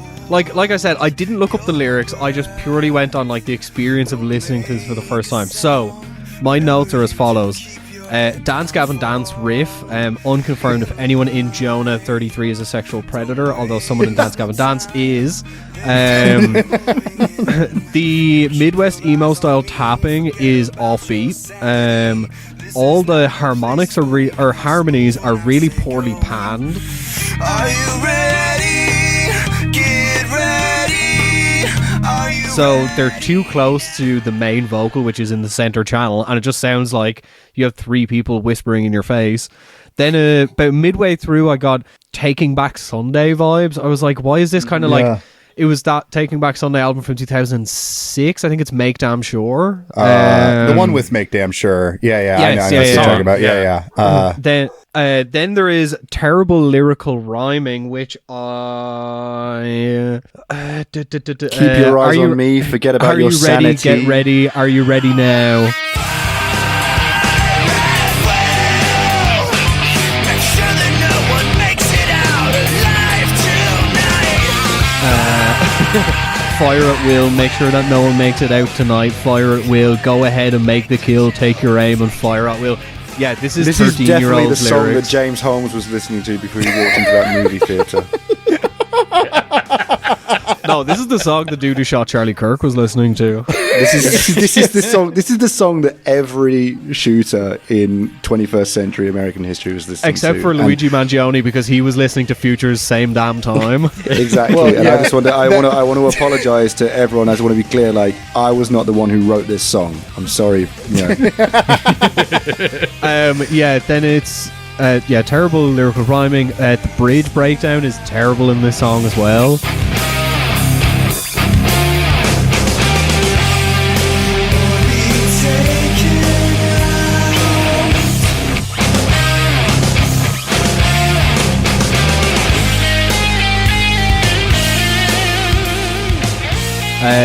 Then I just wrote in big capital letters Columbine, and then the very end, and I was trying. I think it was Christian Slop Columbine was the phrase you've inserted in my head Christian now. Slop Columbine. Yeah. These are also eerily identical to the kind of notes that Tom gives me for each Bloodwork episode. No, if you want to learn about Christian Slop Columbine, make sure to listen to The Week in Violence, where we talked about July the 12th and Protestants setting effigies on fire. That's Christian Slop Columbine. But there's a the Columbine thing. There's a link to this with our previous year of Christian Rock Summer, because we did an episode talking about Columbine and the martyrdom kind of fantasies that came out of Columbine. And I think that there's an interesting note that happened between 2007 here and 1999. If we're gonna like take Christian media at where it's at, in 1999, Christians were fantasizing about being the one that gets shot for your faith. By 2007, there's a little bit of that fantasy in here. Yes, of course. But more of this is about being the one shooting. No, we're on the offense now. Okay, Greg, it's time to do a mini episode of Bloodwork within another podcast. This is coterminous with the Western chauvinism, imperial conquest of the Middle East, of the American Empire in the GWOT, reflected in evangelical slop rock. Yeah, but it's almost inverse though, because something that myself and Thomas were talking about recently in a different context was about how like which more details on it soon, but basically this idea that like in the 90s and into the early millennium, there was this like posture among the right wing that like we're under attack, but we're defiant because they like want our values. They want what we have. They covet us. And then like sort of post the 2008 global financial crisis, you suddenly get this change where there's the same thing of like these people are coming to take our stuff. They're after us. They want to destroy us. But now you are a victim. You have been afflicted. Like, who is doing this to you? Who did this to you? We're going to find who was responsible for this. No longer like, oh, they're coming after you because they covet you. It's like, no, now you are physically under attack and you are like on the floor. And so it's really interesting here in terms of like, and for anybody who's not familiar with like the deeper intricacies of the Columbine story, there was, if I understand it, a story about like one girl who I believe was hiding in the library, who was basically asked by one of the shooters, like, are you Christian? And I can't remember whether she answered yes or no. It's a bit convoluted. There was a lot of it was misremembered and stuff, but that's the legend. Yeah. So it's so fascinating to think about, like, as you described there, particularly with the kind of like American international, like a reinvigorated American geopolitical chauvinism post 9/11 with like the global war on terror, to change from like fantasies of martyrdom to being like, no, I'm going to be in like performing the crusade, so to speak, even spiritually, metaphorically among my own like community. Like, I'm going to be the one firing bullets for God, Christianly. Asterisk. Here's a great parallel. Josh, I'm going to ask you to tell your story in just a second here, but gotcha. I want to give a comparison. So I'll call him a friend of the show, even though he's been on 2 years now. Jason Kirk wrote a novel called Hell is a World Without You about growing up as an evangelical. It has a anecdote that's based off a real thing that happened at a couple different churches, as far as I can tell, where after the Columbine thing, a group of middle-aged dads faked a terrorist attack at their church during a youth group. So they would bring in real guns with blanks and stuff like that, and then test the kids' faith by pointing at them and saying, do you believe in God? And then whatever. And in that novel, one of the characters kind of spirals because he said, no, I don't, to save his own life when that happened to him. What did I say earlier? Americans love the concept of jihad. That was 90s evangelicalism. But then fast forward a couple years, right? Josh, Tell me about your experience at Okay. GWOT Church, GWOT Church. GWOT church, GWOT yeah. church, GWOT church. which Tom has heard this. This was from this intro is, to Chris and I Rock. can't stop. The new This- theological partner to Blood Work, GWOT church. GWOT. Attend GWOT church. It's the glorp shitto of Christianity. Worship at GWOT church. So yeah, for a little peek inside what was going on in GWOT Church, my youth group had this annual sort of gender segregated overnight thing. So the women, Walk-in kind of thing. yeah. So the boys would lock in to the church, and the girls would go have like just a slumber party. What the boys did is we all got shirtless and shot each other with dollar store dart guns. And then we had a screening of Black Hawk Down At church. at church. GWOT Church is and like here's- epistemological Abu Ghraib. Don't worry, GWOT church isn't real. It can't hurt you. it did. GWOT church is real. I hope, please, if you have a photo of one of those dart guns, can you send it to me? And here's the thing: it escalated. By the next year, it was airsoft guns, and everybody was just like in full tactical gear, and it was just like drawing blood Yeah, and it's just- breaking shit in the church. It's just Jackass, but Christian. Pretty much, yeah. Christian Jackass.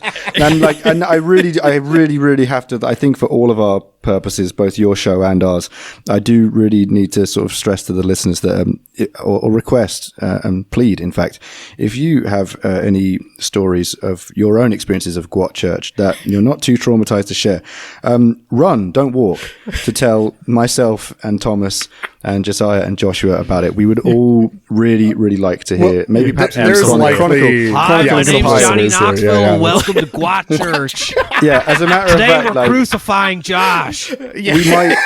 I don't want to get ahead of myself here, but I genuinely think that myself and Thomas could be less than a year into the show, beginning our first Bloodwork spin-off show, GWOT Church.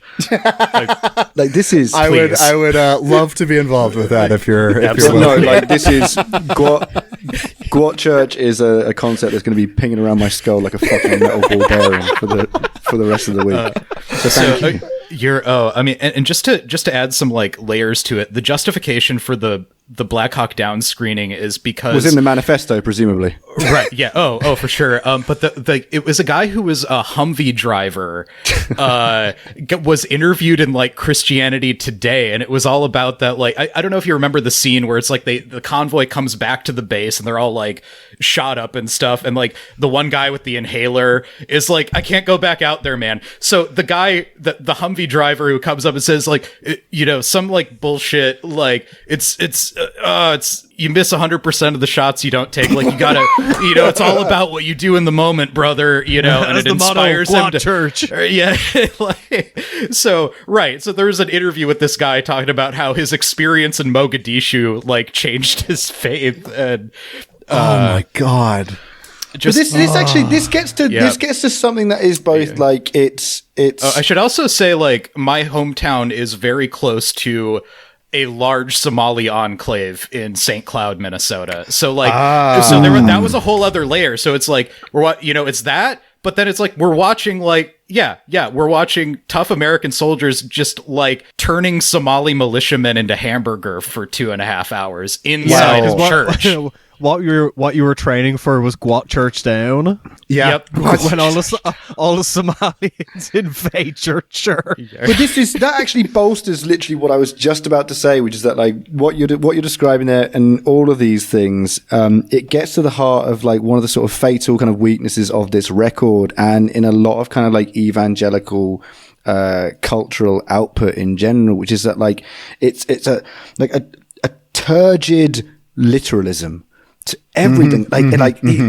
Even in its attempt, it's a bit like the joke that people say about like, right wingers can't tell jokes because like they get too angry before they end up a punchline, and they end up just like screaming at you from the stage. Like there's a similar thing here where they're like, they really struggle to work or operate in the realm of like metaphor and analogy, Yes. because like there's a very obvious and perhaps even, like understandable self-consciousness about the absolute like vital necessity of conveying the intended message of like proselytization across. And so like nothing can be left to chance. And then so like, as you say that like you get this kind of like very bizarre GWOT church, like, camp kill yourself like thing inside the church basement alongside a thing of being like, them black kids that live near you, yeah, the Muslim ones, there you gotta be ready for them spiritually, but politically also. Yeah, well, the lack of metaphor thing it's a really old tradition, I think, in evangelicalism, this like struggle with metaphor, because it goes back to like the traditional fundamentalists, because fundamentalism in its like oldest form was kind of a populist thing in a way, where it's this idea that like you don't need some well-educated priest or whatever, you just need the Bible and a love for the Lord, and you're gonna figure out the truth. And that was kind of in reaction to just the intellectual changes that were happening in the late 19th century and early 20th century, where we were discovering things. And so this is where like the anti-evolution movement comes out of it. But what's interesting is the fundamentalists in the early 20th century were not necessarily right-wing, because they were literalists too. And the Bible has a lot of, whatever. So it'd be like, yeah, they don't believe in evolution, but also they'd be like, well, you have to give like most of your money to the poor. And so with that note, let me just quickly read some lyrics from track 3 for the listeners. Scream. On Here the we album go. The Heart Wolf. This is from the fake Queens of the Stone Age rip-off song.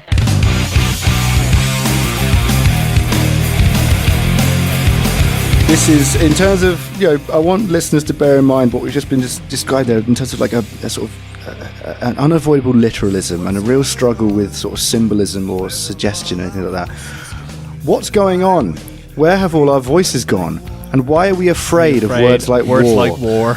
Need I remind you that we are an army, and armies engage. Yes, armies engage when the threat is too much to ignore. It's like there. Don't look now, but some of our worst enemies have found their way inside these walls we've made. And it's just like, my brother, what are you gearing yourself up to do?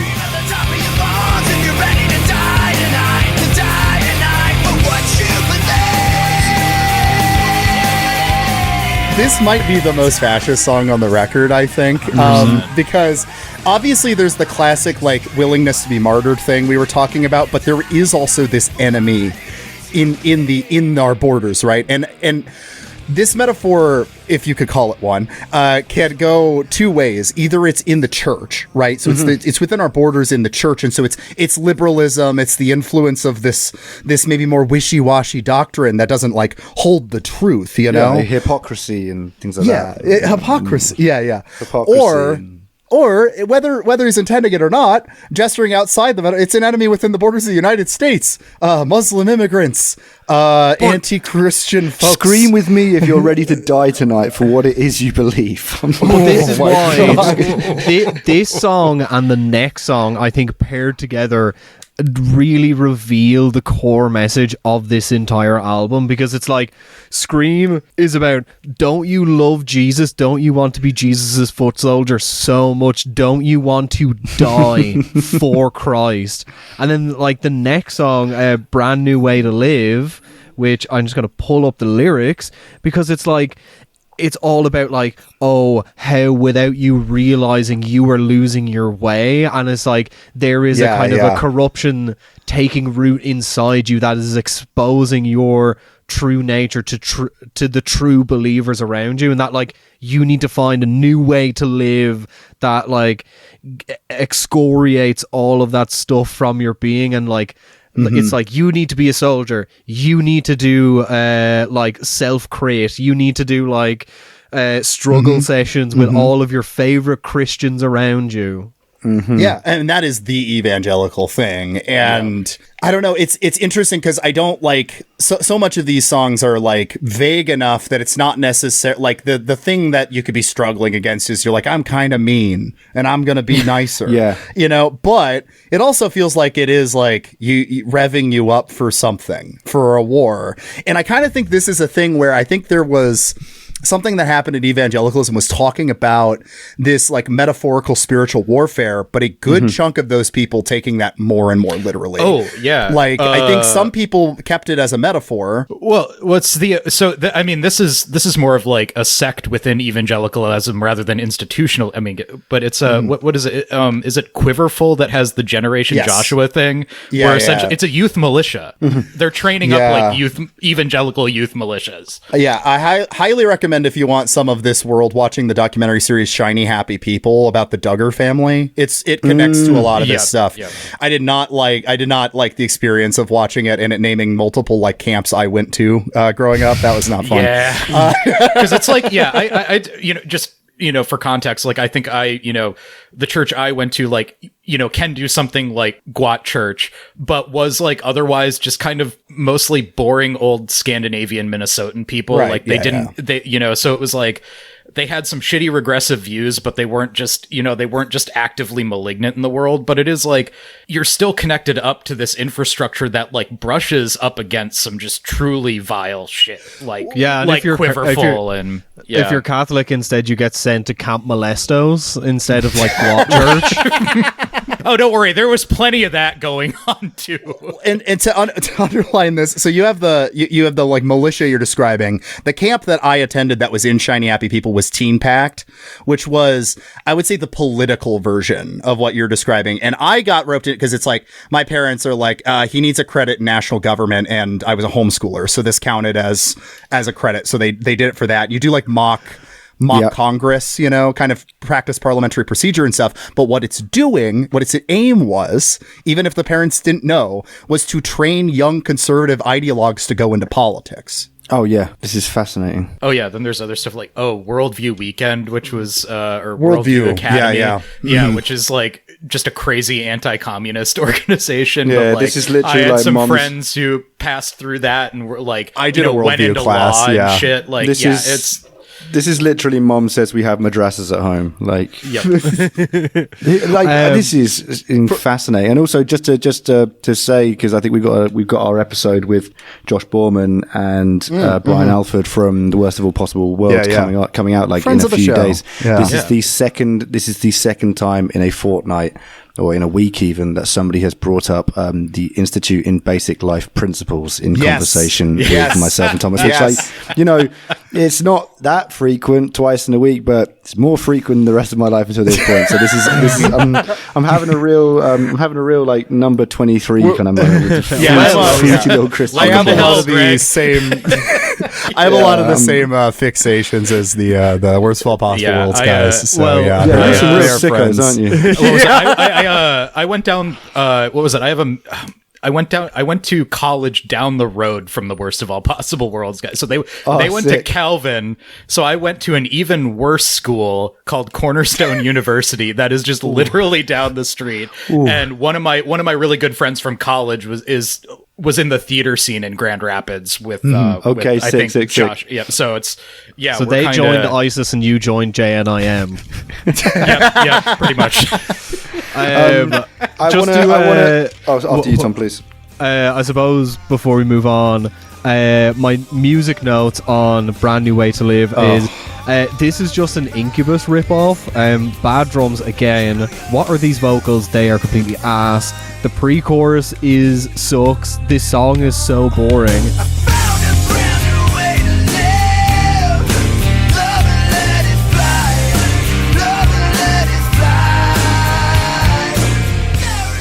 And that bridge section completely lacks momentum.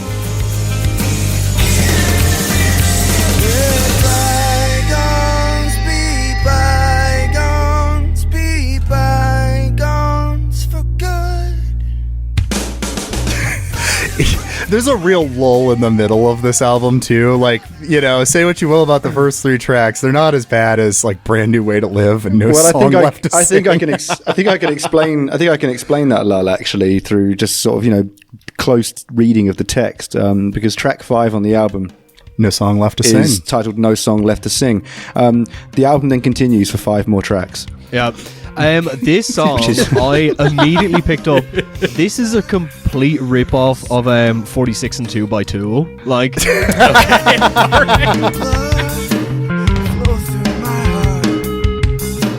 those like I can't figure out the time signature without listening to it, but like that strange time signature drums that are technically in 4/4 but technically in a different time signature, and then that weird phased bass and guitar is like they're just like doing 46 and 2. But the mix is terrible. It's really muddy. Everything is mixed higher than the vocal, so you can't actually hear what he's saying that much. Finally, there was a guitar solo, but it was like 4 bars long, so it was just like way too short. And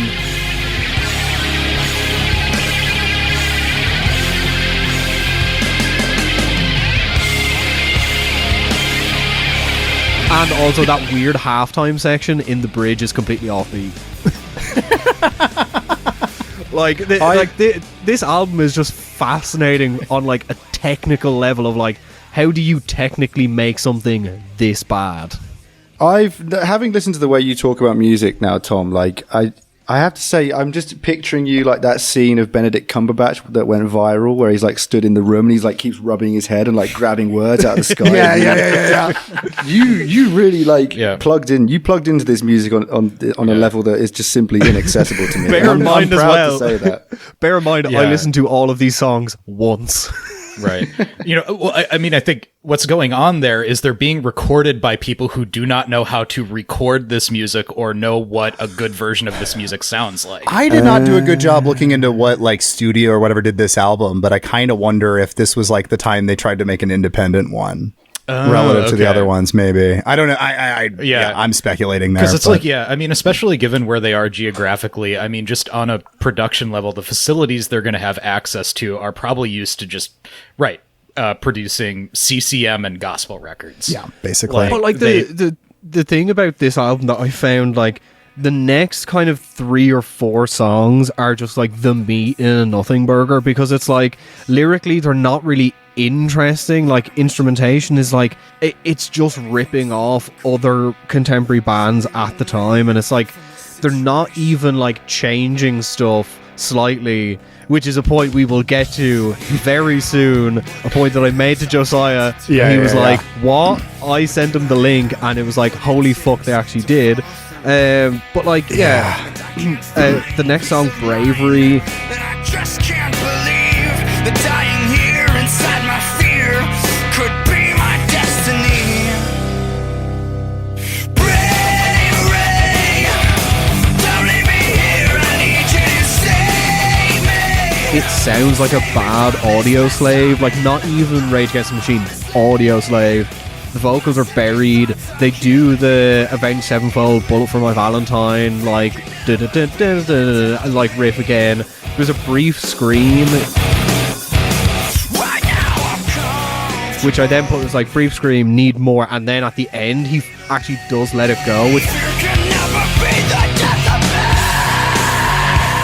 kind of cool, but the vocals sound so strained that it just like, he definitely could not speak after recording this album. There's only one way from this situation. I know now what it is I've got to do, but do I have what it takes to follow through? And I can't find peace of mind, but I just can't believe that dying here inside my fear could be my destiny. Columbine. Yeah, the notes I had written for Bravery quick was just, sounds pretty generic Christian rock lyrics, except there's this weird feeling like he's describing about to do something he doesn't want to do, and with the earlier songs urging to kill, it feels weird. That's what I mean. It's the reluctant fascism of it that I like. That I think I find so skin crawling. You know, like myself. We've listened to the actual Nazis. We've read their actual lyrics where they're very like openly and upfront, being like, "Yeah, I'm gonna fucking do it, and I'm gonna tell you exactly who I'm gonna do it to." I can't stand this 1 foot in, 1 foot out, cowardly bullshit. Where he's like, I don't know. Am I gonna pull for the AR-15 or am I just gonna pray for people? Who knows? Well, there's kind of it's like a neo-fascism thing too, because I think of like Camp of the Saints. I think vaguely has that theme, right? Where it's like look, we don't want to be gunning down these migrants, but civilization requires it. You have to muster the courage in yourself to do the wrong thing. They don't want me to do it. Should I do it? Should I do it? Look at Melania. She doesn't want me to do it. My favorite band, Jonah 33. Got a new album out. Vince loves me. He voted for A me. lot of people think it's 33, but it's actually 3-3. It's a reference to the Bible verse. Not a lot of people know that. Every person convicted of January 6th got a free copy. The higher the war, and the war is on Donald Trump. Oh my god. Then track 7, Never Alone. And Yeah, bear in no. mind, Once you've listened to this album, once it never leaves you. this is sequential. So this is sequentially the notes for this song. A ballad? Question mark. No! Exclamation point. Chug mixed higher than the vocals. There's a brief moment where there's background vocals of someone screaming, "Save me!" Filling the air as I'm screaming for you to go with And me it's when the no one funniest fucking thing ever. That part's awesome. This one's trying to be atmospheric a bit in a weird way. Okay, is this the one with that has like the funeral for a friend riff on it? Yep. Yeah. Okay. Yeah. The riff from Juno. Yeah. But yeah, it's like there's a scream of "Save Me," but it's mixed in the background, but it's panned only to the left side, which is such a funny choice because I assume they made this album on Pro Tools, so it's like just copy and paste it and just pan it to the same position on the right channel. Bear in mind sequentially. Either that or it was produced by an individual who literally hasn't listened to contemporary music since the Beatles released the White Album, and he's just like, panning. I know what this baby's for. The guy only actually just had one speaker in the studio, so that's why everything. It's the same can that you record into, you play it back with. Okay, next point. Boring ass intro / too long at 90 seconds, and then I have an arrow pointing down saying, "Oh no, this is the whole song." Then it's this bridge riff is stolen from Avenged Sevenfold, and then there's like the weird monologue that's like mixed in at the back half. Also don't feel alone because I can feel an interaction between different beings, and if that's what we are, if we are a being or soul or whatever it is, I can feel a connection with. That was what I meant by atmospheric. Is that it it's trying to do like some of the dystopia tracks we were listening to. Yeah, it's like they have it feels like it's like a shitty version of like some of the like B-sides on Human Equal Garbage. Yeah, it's their take on Afghanistan by Bosch. What is there's the fucking it's off Rohnert Park. Josh, what is the track I think it's it I just has listened to like this the phone call in it when he's talking about falling in the bathroom. Oh god, that's And it's like he gets his head stuck in the door and he nearly dies, and his dad, I need to look this up, but it's also like it's the song 22 or 23 of Locust Abortion Technician by the Butthole Surfers, where there's a woman phoning into a late night television show to talk about how she was raped, and it was like, this feels like they're trying to do something like that. But Into the thing they're playing isn't edgy enough to have that unnerving feeling that like those kind of. Yeah, it's Into the Wayside Part 2 off Rohnert Park, where it has that okay, yep. It has like, there's a monologue going in the background, but there's like music up front, and you have to like really strain to kind of hear it. And it's like, this song is just like shit, and then we get to my favorite song on the Last whole One album. Standing.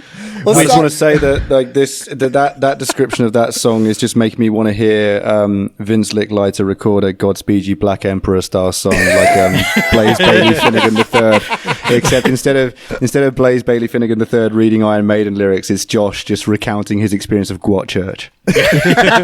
No, what we are going to do is we are going to make a full industrial album, Greg, and we're going to get Josh to record a couple of hours talking about GWOT Church, and we're going to make our version of Metallica and Lou Reed's Lulu. Yes. So But track 8, Last One Standing. Yeah, here we go. So my very first note is in all capitals with about 7 exclamation points. Is just Ohio is for lovers. My hat goes off to you. They stole the opening riff from Hawthorne Heights, Ohio is for lovers, note for note, aside from the fact the first note was played twice. Yeah, because it's I almost the grabbed Vanilla my guitar Ice to show it, defense. but it's instead of bum ba dum bum, it's bum bum ba dum. Like it's literally just they play it. instead of going up the chord, they played that E, the low E, like twice. And like, I tried to re-listen to this song a couple of times, and every time I got 3 seconds in and then immediately turned to listen to Ohio is for Lovers, because it's just such an infinitely better song. This is also the song which, in my opinion, has the sort of highest, by which I mean lowest, expression of their attempts at sort of metaphor, and particularly a kind of like grasping for a kind of like Fall Out Boy, like Panic at the Disco style, kind of like flowery metaphor. Because the verse here that reads, like, honestly, listeners, just have fun trying to figure out what the fuck they're even trying to say here. The evidence is clear. It seems you live in fear of moving out from underneath opinions that you hold so dear, and the boys that stole the show coat your hands in gold. Never mind that all the while the world was dying now. Tell us what we want, tell us what we need, as we supply your lustful greed now. Greg, Whoa, what? I cannot wait to get to the next song, because there is a vocal pattern that is directly ripped from a Fall Out Boy song. Okay. I love the idea that they probably like it. Maybe could be like half conscious, subconscious, but I love the idea of him just thinking, "They'll never know. No one will notice. No one will So notice." no, like last I'm one the sounding. only one they're allowed to listen to that sounds like this. The Who's gonna wah-wah check? was fucking killing me in this song. I also have the Kid Rock ass post chorus. Then there was a point where I said, "This is pure local band core." Oh yeah. It all is. And yeah, see, this is the one that I still kind of like, but it sucks. But I think it's because it's the one that I found when I was 13, and like I owe it to 13-year-old me to step up to the bat for this terrible song. The main thing, just the gang vocals with the drums part is really cool. I just thought that was cool.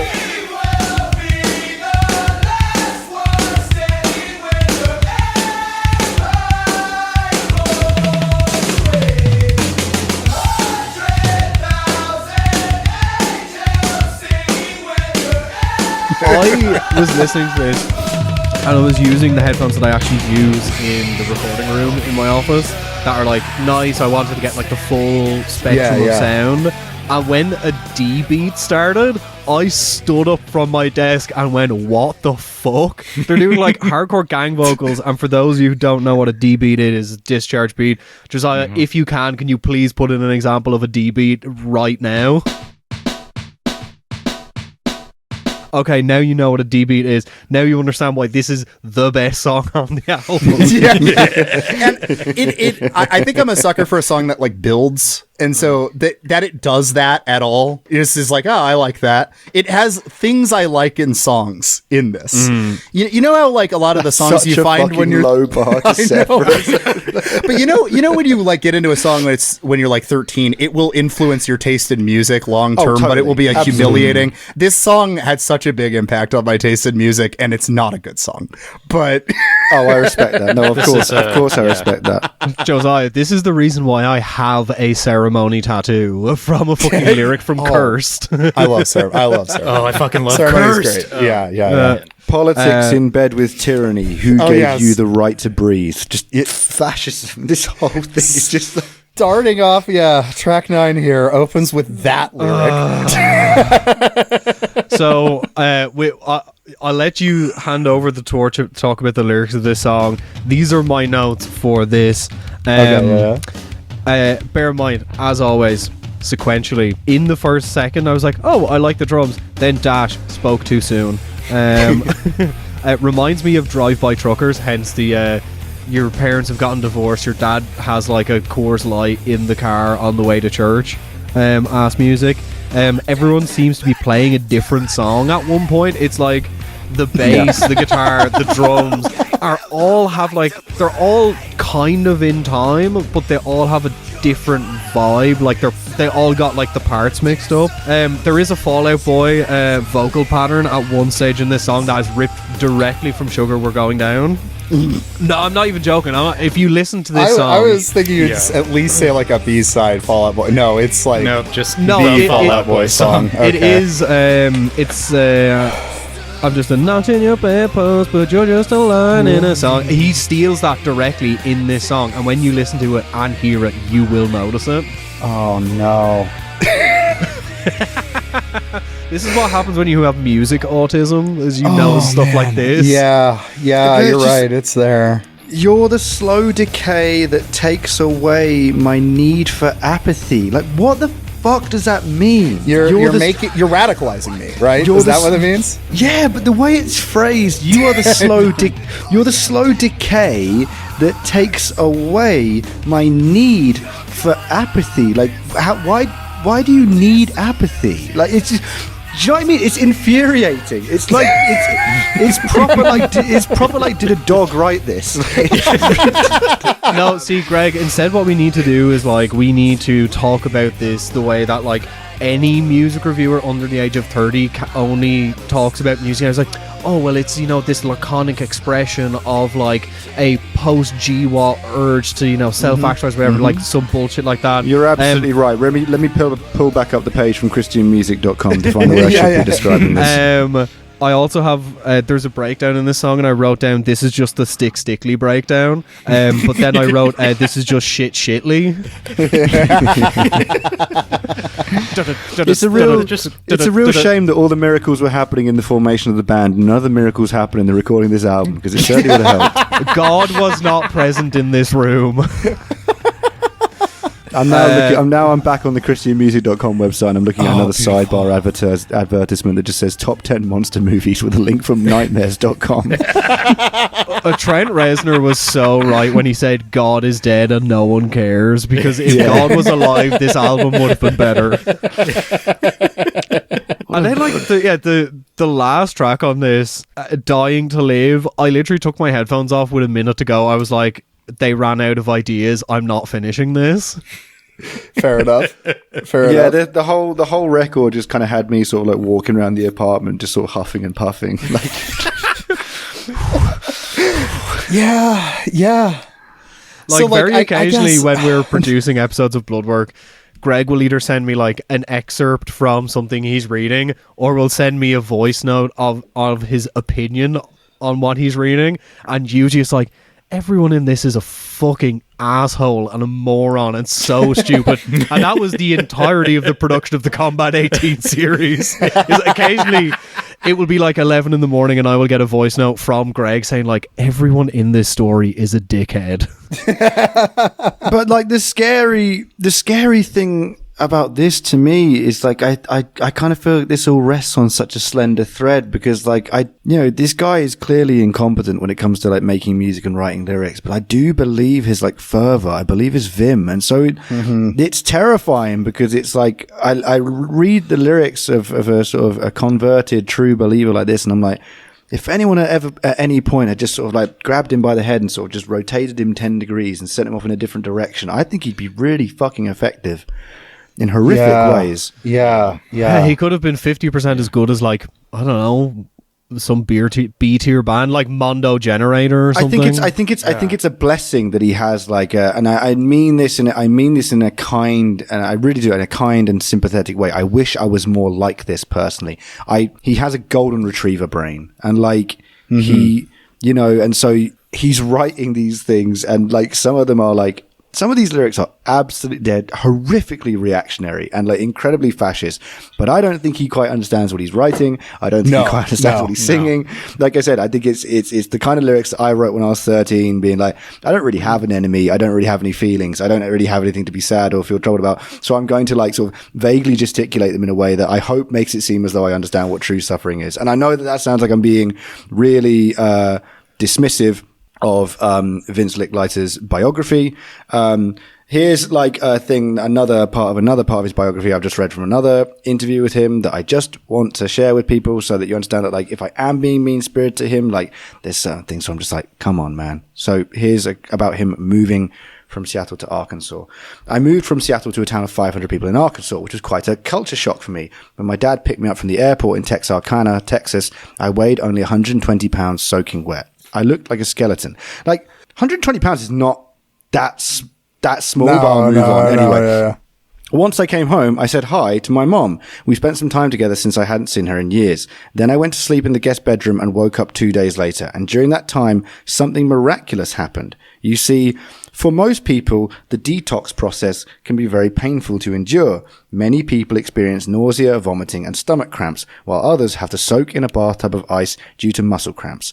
But God allowed me to detoxify in my sleep, and I didn't have to go through any of that. The whole time I was asleep, God was getting all that poison out of my system. When I awoke, I noticed the sheets on the bed were stained yellow because during my sleep, I was sweating out all the toxins that were in my body. Now, I'm sorry if I seem mean-spirited or uncharitable. I think somebody's lying. I'm going to say, Greg out of the two of us is usually the most pragmatic. I'm going to be less ecumenical than Greg, and I'm going to say, thank God Vince is an evangelical Christian, because if I made this album and heard how we have spoken about it, I would kill myself. So I'm also, do you know what? I'm sorry, I've just realized this is another part of the story about him becoming it's a more extensive story about his time out in Seattle, and I want to share this bit as well, because this is another one that I read it, I'm like, okay, this motherfucker is lying, and I'm sorry. So he's talking about his friend Bobby. Apparently 15 grand went missing because he was dealing and using crystal methamphetamine, which he says not a very good combination. And then eventually someone phoned up the house saying they were going to kill him and anyone else that was living with him and his friend Bobby, and apparently 15 grand was missing. Before Bobby left, he went into his room, grabbed a shotgun, then he came back out and threw it into my hands. He said, fire first or suffer the consequences if the door gets kicked in. He told me he had to go and take care of some business, but he never came back. But also left me a big pile of dope on the coffee table that kept me awake for 2 weeks straight. In those 2 weeks, I obviously used all of the dope. Since I wasn't able to get any sleep, I ended up hallucinating a lot. When you stay up for 2 weeks, your mind can start playing tricks on you. I mean, actually, if you stay up for 2 weeks, you'll be dead. You can't stay awake more than about a week. Anyway, at this point, I felt completely alone and became suicidal. I don't think anybody wanted me to be around me anymore. So I turned the gun on my own head 3 different times to try and kill myself. But I didn't have the guts to pull the trigger, and somehow I ended up calling my dad instead. This is myth making. He's trying. He is trying to be like, I am the Christian Kurt Cobain that lived. Jesus saved me. Yes. Oh my God. Do you know what he is? He is positioning himself as Kirk Cobain. Perfect. That's the episode. I do have to go in 5 minutes. Okay. I have one last thing I want to read as the closer on this, real quick, Okay, hit me. because I think this goes back to his attitude toward Christianity, and I want it as a teaser a little bit for the next episode on the free feed. So, during I think it's a different interview with him, but during an interview with him, he kind of starts getting into what he likes about the faith and about Christianity, and he goes, everyone has been brainwashed by our culture to dislike the exclusive nature of Jesus's claims about himself. He even talks like his lyrics. In fact, when I became a Christian, I was attracted to that exclusivity. If you buy into it and your heart lines up with your head and you become a believer, it's just a given. Jonah 3:3 for me was always an outlet to cause people to be offended. By what?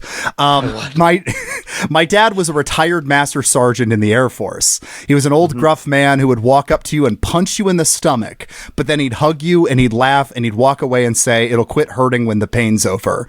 Just playing around with you. That's how it feels when pain goes away anyway. It was like, it will stop hurting when the pain goes away. That what? It's almost the same thing where now that you're offended and I have your attention, let's talk about this. I'm pretty sure the cover of this new Jonah 3:3 EP is going to raise some eyebrows. That's from, I know. They reformed and I know. He what quite literally is Kurt songs. Cobain. He is Charlie Kurt Cobain. I know exactly what EP we're talking about here. I'm just going to Google so I can get the name. We don't have to talk about it. Does anybody who's listening? If you search for a Jonah 33 EP titled Dead Man Walking, we're not going to discuss the artwork at all. Just go and look at that image. Thank me later. I have the funniest idea for a Photoshop. So that's he goes on to explain it, but I think the thing I wanted to note there was the exclusivity, right? And I think there are different reasons people are attracted to Christianity, right? And a lot of the times, I think for the people that I relate to the most, the people that like I think were able to hold on to the religious traditions while moving into left-wing politics. They like the universality of Christianity. Yes. They like the idea that, Paul says there's neither Jew nor Gentile, no male, no female. We are all one. It's whatever. That's it. And he likes the exclusivity. Next free feed episode, we're talking about Five Iron Frenzy. And that is a man, that is music written by Reese Roper, who was very much believed in the universality of Christianity. And it landed him at very different politics in this record. Thank you, everyone, for listening to today's episode. Greg, Tom, do you want to say anything about blood work here as we wrap it up? Listen to blood work. Hell yeah. If you have a photo of any evangelical preachers holding a gun in response to this episode, I want you to post them. I want you to quote the post of this episode with that picture with "listen to" at bloodwork.show on Blue Sky, or listen to at Bloodwork Show on Instagram. Hell yeah. Ausculta opus sanguinis. Hey, thank you so much for listening to today's episode. If you like what you heard, make sure to leave a review on Apple Podcasts. It helps out with the algorithm. And if you really like what you heard, consider supporting the show on Patreon. And one of the benefits of supporting this show on Patreon is that you get your name read out at the end of every episode. So, without further ado, this episode is brought to you by our lovely patrons, who include...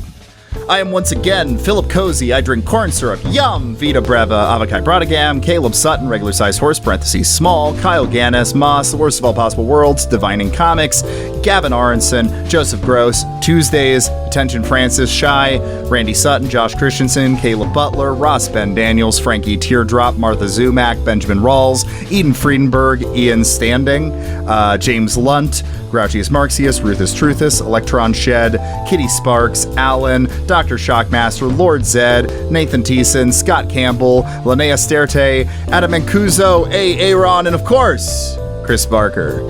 Thank you so much for listening to today's episode. And now here's Last One Standing by Jonah 3-3. My hat goes off to you. It must be hard to choose between what you should be and the coward that just comes so naturally. So many wasted days. Just sit back and watch the second-hand erase the chance to change what's wrong with this place.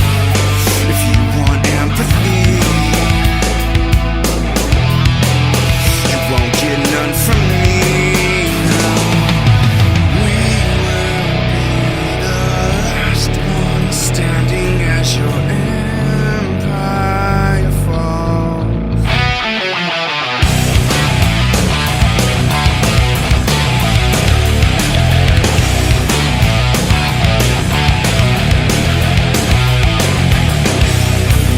The evidence is clear. It seems you live in fear of moving out from underneath opinions that you hold so dear. And the boys that stole the show coat your hand to gold. Never mind that all the while the world was dying now. Tell us what we want. Tell us what we need as we supply